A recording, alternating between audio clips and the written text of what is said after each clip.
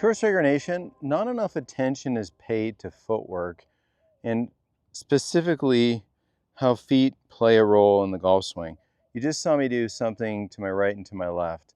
The thing to my right, that's a swing killer. The thing to my left, that's a swing helper. You're like, Martin, why does one kill you and one help you? Well, the behavior to my right, anything that moves me off where the golf ball is, it compounds the difficulty of me unwinding my golf swing onto the golf ball to have the correct low point. Now we've got a couple great drills with a smart ball sleeve, and there's been a lot of thought and design here. It conveniently stays kind of connected in the D-ring, but if you want to undo it, you can wriggle it free. And then I like to wear it down here on my left ankle, and I'll show you why. I wear it on both feet actually. So I'm going to pop this back through here, wear it as low as I can, almost so the ball feels like it's gently touching the grass a little bit.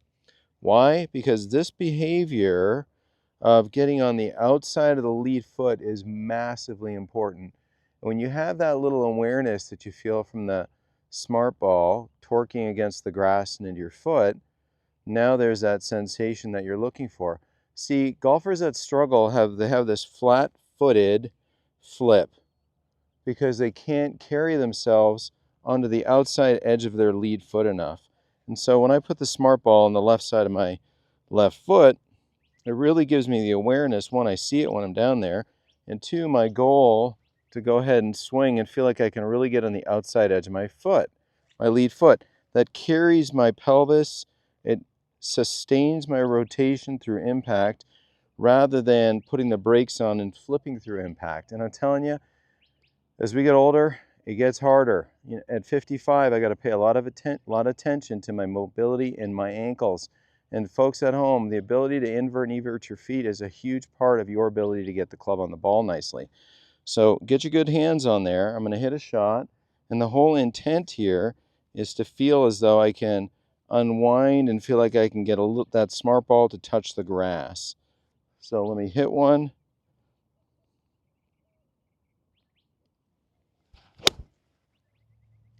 There's a nice crispy strike down my target line. In fact, the audio on that contact was amazing. And a lot of that has to do with footwork. Now you see Jordan Spieth and Scotty Scheffler and great tour players. They're great for a long time. Now they're still young men, but the best still have the ability to kind of bank on their trail foot and to get on the outside of their lead foot so that this relocation and rotation can be sustained to the point of impact rather than the flat-footed flip. Now the same thing, I can do this on my right foot. So I could undo it, put it on the trail foot. This time I'm going to put it on the inside of my trail foot because I want to feel that sense of banking to the inside. So there I have it on the inside. And the same thing here, there's a sense of pressure and banking. So to put a ball in place, and that's the equivalent of me doing it on my left side. So getting set, having the goal of this banking onto the grass before the ball gets pivoted up off the ground. Here's the feel and the look. Get set, waggle, waggle.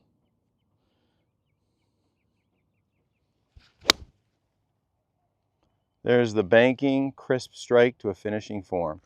So let's not neglect footwork. This is a massive part of becoming a really good striker. How we transport ourselves without the stall flip to the ball before we get into that phase where we're slowing down in style. So Martin Chuck signing off. I hope this footwork exercise helps you. I know it will.